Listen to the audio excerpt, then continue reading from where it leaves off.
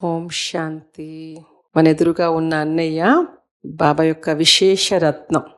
మొట్టమొదటిగా ఆంధ్రప్రదేశ్ నుంచి తెలుగు అన్నయ్యగా మధుబన్ నివాసిగా అయిన మొట్టమొదటి కుమారుడు. 48 సంవత్సరాల నుంచి అన్నయ్య జ్ఞాన మార్గంలో ఉన్నారు. 41 సంవత్సరాల నుంచి మధుబన్ నివాసిగా ఉన్నారు. మహారథి లిటరేచర్ విభాగం అని, ఆడియో విభాగం అని, ఆ యొక్క విభాగం యొక్క ఇన్ఛార్జిగా పరిచయము. కానీ దానికంటే ముందు రకరకాల సేవలు బాబా చేయించారు అన్నయ్య చేత. దదీచి ఋషి వలె సౌభాగ్యం, అదృష్ట ప్రకారంగా అన్నయ్య ఈరోజు మన సమ్ముఖంలో ఉన్నారు. చాలా సింపుల్ భోజనం కూడా చాలా సింపుల్. మన సౌభాగ్యం. అన్నయ్యకి మనం ఒక్కసారి హృదయపూర్వకంగా ఈ లైట్ హౌస్కి స్వాగతం స్వాగతం స్వాగతం. మీకు చిన్న జ్యూస్ కూడా ఇవ్వడం జరుగుతుంది. ఓం శాంతి. రేపు కాకరకాయ రసం దొరుకుతుంది. ఓకేనా? ఒప్పుకుంటారా?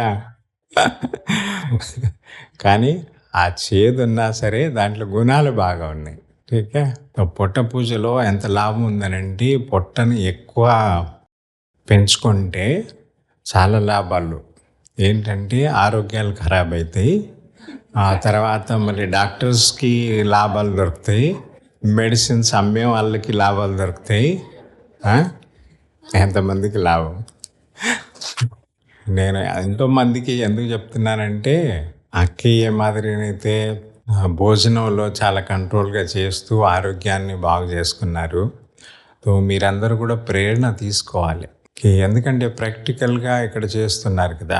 ప్రాక్టికల్గా చేస్తున్నప్పుడు ప్రాక్టికల్గా మనం రిజల్ట్ చూసినప్పుడు మనం కూడా ఫాలో అవుతే చాలా మంచిది. ఆరు ఒకటేమో స్వయం సంస్కారాలు కూడా ఉంటాయి. ఇది చెప్పాలంటే యాక్చువల్లీ చెడు సంస్కారాలే అనుకోండి.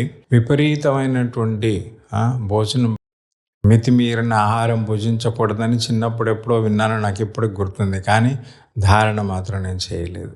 ఎప్పుడైతే అర్థం చేసుకున్నాను ఈ మాదిరిగా ఆరోగ్యం ఖరాబ్ అవుతున్నది అంటే, ఎప్పుడు నాకు నేను మంచిగా కూర్చొని చదువు చెప్పుకున్నాను. ఏం చేస్తే మంచిది. నేచర్ క్యూర్ వాళ్ళు ఒకటి చెప్తారు, ఎలోపతి వాళ్ళు ఒకటి చెప్తారు. వాళ్ళు ఏమంటారు, ఇవి 4 సార్లు తినండి, 6 సార్లు తినండి, కొంచెం కొంచెం. అంత సమయం ఉందా మన దగ్గర? రెండవది, ఆ లివర్కి ఇదే పనా పొద్దున్నాక? మరి నేచర్ క్యూర్ వాళ్ళు ఏం చేస్తారు, 2 పూటలు పెడతారు. అది కూడా ఒకటి న్యాచురల్ ఫుడ్ ఎక్కువ పెడతారు. ఆరోగ్యాన్ని బట్టి, అంటే మా పేషెంట్స్ని బట్టి అలా పెడతారు. తో దాంట్లోనే చాలా చాలా లాభాలు బాగా ఉన్నాయి.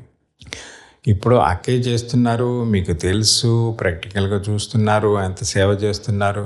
సో మీరు కూడా మీ ఆరోగ్యాన్ని బట్టి మీరు చూసడండి, మీకు మీరు ప్రశ్నించుకోండి, నాకు ఎంత అవసరము. మనం యాక్చువల్లీ చెప్పాలంటే మనకి ఎంతైతే అవసరమో 25-30% ఎంతైతే అవసరమో, మిగతాది మాత్రం ఎక్కువనే తింటున్నాం మనం.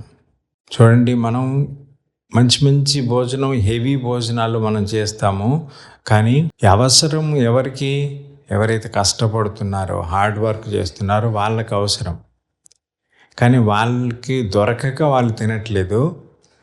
మనకు దొరికిందని చెప్పి మనం ఇష్టం వచ్చినట్టుగా తింటున్నాం, ఆరోగ్యాలు ఖరాబ్ చేసుకుంటున్నాం.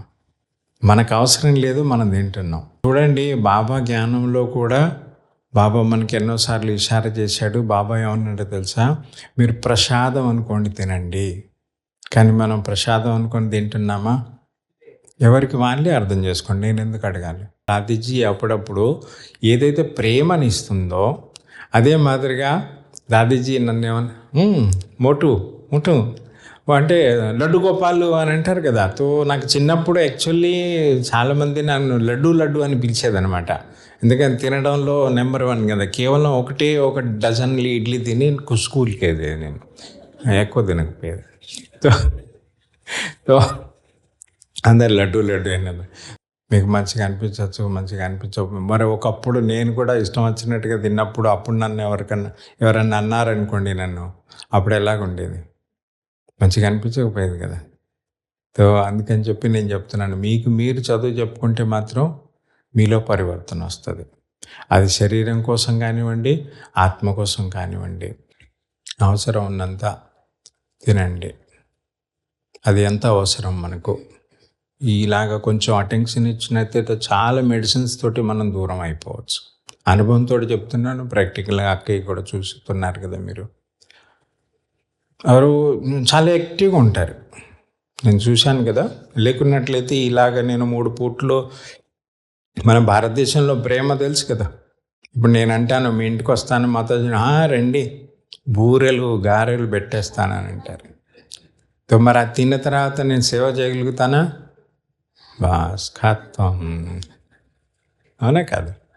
కాబట్టి ఆ భోజనాల్లో కంట్రోల్ ఎప్పటి నుండి అయితే నేను చేశాను, అప్పటి నుండి మెడిసిన్స్ 90% తగ్గిపోయినాయి. ఆ తర్వాత ఫుల్ యాక్టివ్గా ఉన్నాను. సో థ్యాంక్ యూ అన్నయ్య. వన్స్ అగైన్ మనందరం చప్పట్లతో అన్నయ్యకి థ్యాంక్ యూ. Thank you.